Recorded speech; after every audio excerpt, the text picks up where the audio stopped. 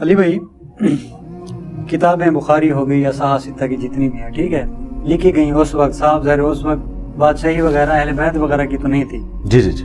کبھی بھی آپ کوئی کتاب نکالنے کی کوشش کرتے ہیں تو بادشاہ کا انفلوئنس ہمیشہ ہوتا ہے ٹھیک ہے ٹھیک ہے ایک لگتی ہے تو ان چیزوں کو کیسے سچا مان لیا جائے؟ اب وہ سچا ایسا مانا جائے گا پہلے تو آج کی بادشاہت اور آج کے میڈیا کے اوپر اس سے قیاس نہ کریں. امام بخاری نے اگر صحیح بخاری لکھی تھی نا تو آپ کیا سمجھتے ہیں پوری دنیا میں بخاری پھیل گئی تھی؟ کاتب لکھتے تھے بھائی یا وہ امام بخاری کے پاس تھی یا ان کے 8-10 اسٹوڈنٹس کے پاس. جب پوری رعایا میں 10 بندوں کے پاس بخاری ہو تو حکمران وقت کو کیا فرق پڑتا ہے؟ فرق تو آپ پڑا ہے اسلام 360 اور پرنٹنگ کی وجہ سے. اس زمانے میں حکمرانوں کو پتہ ہی نہیں چلا کہ محدثین نے ہمارے ساتھ کام کیا ڈال دیا ہے, جس کا سب سے بڑا ثبوت یہ ہے کہ حکومت فقہ حنفی کے پاس رہی بنو عباس کی. اوورال مسلم ورلڈ کے اوپر فقہ حنفی انہوں نے 600-700 سال نافذ کر کے رکھی. کتاب بھی میرے خیال میں ان کی امام ابو حنیفہ کی قبول ہوئی تھی. نہیں, امام ابو حنیفہ کی تو کتاب ہی کوئی نہیں, ان کی طرف منسوب فتاوی جات ہے. ٹھیک ہے. پوری فقہ حنفی انہوں نے نافذ کر کے رکھی ڈنڈے کے زور پر. ٹھیک. جبکہ بخاری سے لے کے ابن ماجہ تک جو سنیوں کی کتابیں ہیں یہ ساری اینٹی فقہ حنفی ہیں کیونکہ یہ حدیث کی بنیاد پہ. اچھا, جہاں پہ امام حنیفہ کے مسائل ٹھیک ہے وہ ٹھیک ہے. یہ لوگ کتابیں لکھتے رہے, یہ اس لیے سروائیو کر گئے کہ انہوں نے کتابیں لکھی تو اپنے 8-10-15 اسٹوڈنٹس. یہ جھوٹ بولتے ہیں کہ ہزاروں کا مجمع ان کے سامنے بیٹھا ہوتا تھا. ہزاروں کا مجمع اس وقت ہوتا تھا جب امام بخاری کسی دوسرے شہر گئے ہیں, کوئی جلسہ ان کا ارینج کیا ہے, وہ کہتے ہیں امام بخاری آئے ہیں چلیں 2 حدیثیں حضور کی سنائیں. تو انہوں نے وہاں حدیثیں مار تو نہیں انہیں سنانی تھی نا, انہیں بھی پتا تھا کہ میں نے یہاں سنانی ہے انما الاعمال بالنیات یا سبحان اللہ وبحمدہ کی فضیلت, تو وہ سنا دیتے تھے. لیکن نوٹس میں اپنا سب کچھ لکھتے تھے اور اپنے اسٹوڈنٹس کو وہ آگے ٹرانسفر کرتے تھے اور وہ کاتب سے لکھا جاتا تھا. کاتب کتنی نقلیں تیار کرے گا, وہ نقلیں نہ گورنمنٹ لیول کے اوپر رائج ہوتی تھی, انڈیویجول نوٹس تھے.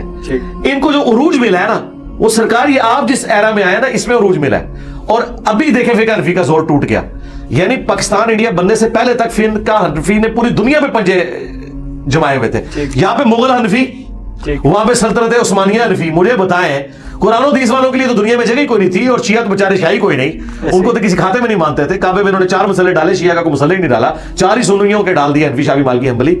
یہ جمہور جو ٹوٹا ہے نا یہ اب خلافت علی منہاج النبوہ دوبارہ واپس آنی ہے, اس کے لیے معاملہ ٹوٹا ہے. مسلمان تھے, انہوں نے فقہ لی بھی ہے, یہ 4 اپنے بنا کے لگا دیے بھی ہے. یہ تو انشاءاللہ آپ دیکھیں گے نا تو دیکھیں جس کو سمجھ آ گئی ہے وہ پھر اس طرح کے جملے بولتا ہے نا, یہ کیسے مسلمان ہے. میں یہ کیمرے میں بولتا ہوں اور بڑے احترام کے ساتھ بولتا ہوں, رحمۃ اللہ علیہ بھی کہتا ہوں, ان کے بابوں کو ہاں جی صحافی پوچھ لیں گے تو انہوں ٹھیک ہے نا, تنو کرچیا گرے بنایا بیچ انہوں نے پھر قریب جاتا ہے تنو کس ماجا بنایا کرچیا. میں نے ایک بار پوچھا تھا کسی بریلوی حضرات سے کہ جناب وہ 12 امام شیعہ کہتے ہیں مانتے ہیں تو ہمارے ادھر 4 ہیں ٹھیک ہے, تو وہ کہتے ہیں کہ جی وہ 12 کوئی نہیں, انہوں نے بس ایم ہی بنا لیا. نہیں یہ سنیوں کا موقف نہیں, بالکل جھوٹ ہے. مجھے کہا تھا نہیں وہ غلط کہا ہے انہوں نے, اہل سنت 12 اماموں کو مانتے ہیں. جب پھر بعد میں طاہر القادری صاحب کا بیان آیا تھا پھر انہوں نے طاہر القادری صاحب نے تو ایک سمجھ لیں صدیوں کا جمود توڑا ہے. ہاں جی, اس حوالے سے ڈاکٹر طاہر القادری صاحب, مولانا مودودی, مولانا اسحاق, یہ 3 بندے ایسے ہیں جنہوں نے سنی شیعہ جو دراڑ تھی اس کو فل کیا اور اس کو اپنے منطقی انجام پہ ہمارے اس پلیٹ فارم نے پہنچایا. اب وہاں پہ واپس آئے, وہ جو آپ کہہ رہے تھے نا کہ حکمرانوں کا انفلوئنس, اگر انفلوئنس میں نے تو لاجیکلی ثابت کیا کہ حکمرانوں تک بات پہنچنی ہے, انفلوئنس کیا ہونا ہے, کیونکہ 4-5 کاپیاں بخاری کی آگے کیا لینا دینا. اچھا, اور اگر بھی پہنچتا بھی ہے آپ سمجھیں کہ اس کے باوجود بھی ہو سکتا ہے کوئی ایک نسخہ چلا گیا ہو, تو ہم کہتے ہیں کہ پھر اہل بیت کی شان میں حدیثیں کیوں ہیں بخاری مسلم میں؟ سب سے زیادہ تکلیف دہ چیز جو ناسمیوں کے لیے ہو سکتی ہے نا وہ حدیثیں عمار ہیں, وہ بخاری میں نہ ہوتی. اہل بیت کی شان میں حدیثیں ہیں اتنی زیادہ نہیں ہیں. اب آپ زیادہ چھوڑ دیں سکتا, آپ بریلوی فقہ سے تعلق رکھتے تھے, یہ جو ان کے دربار وغیرہ کا سین ہوتا ہے, یہ دربار والے جتنے بھی باب ہیں ان کے پاس اور کچھ ہونا ہو نفسیات کا علم ہوتا ہے ٹھیک. یہ جب اپنی دستاریں وغیرہ بانٹتے ہیں 10-20 ہے دستاریں ان لوگوں کو دیتے ہیں جو پیسے والے ہوتے ہیں, جو چندہ دیتے ہیں ٹھیک. 4 سے 5 ان کو لازمی دیں گے تو صحیح معنوں میں حقدار اور نیک پاک پارسا عوام میں مشہور ہوں. ٹھیک ہے, تو حدیث میں اہل بیت کا ذکر. جی میں اس کو یوں ریپیٹ جی میں اس کا بھی کاؤنٹر کرتا ہوں. میں یہ میں بات آپ کی درست مان لوں. ٹھیک, جب یہ 2 نمبریاں کر رہے ہوتے ہیں تو دنیا میں سیانے لوگ موجود ہوتے ہیں نا جو 2 نمبری ان کی پکڑ لیتے ہیں. تو مجھے بتائیں امام بخاری امام مسلم کی یہ 2 نمبری اس زمانے میں کس نے پکڑی ہے؟ کسی نے ہائی لائٹ کی ہو یا آج کوئی ہائی لائٹ کر کے بتائے. دوسری بات, ان لوگوں نے تو اپنی لائف سٹیک پہ لگوائی ہے ان چیزوں کی وجہ سے.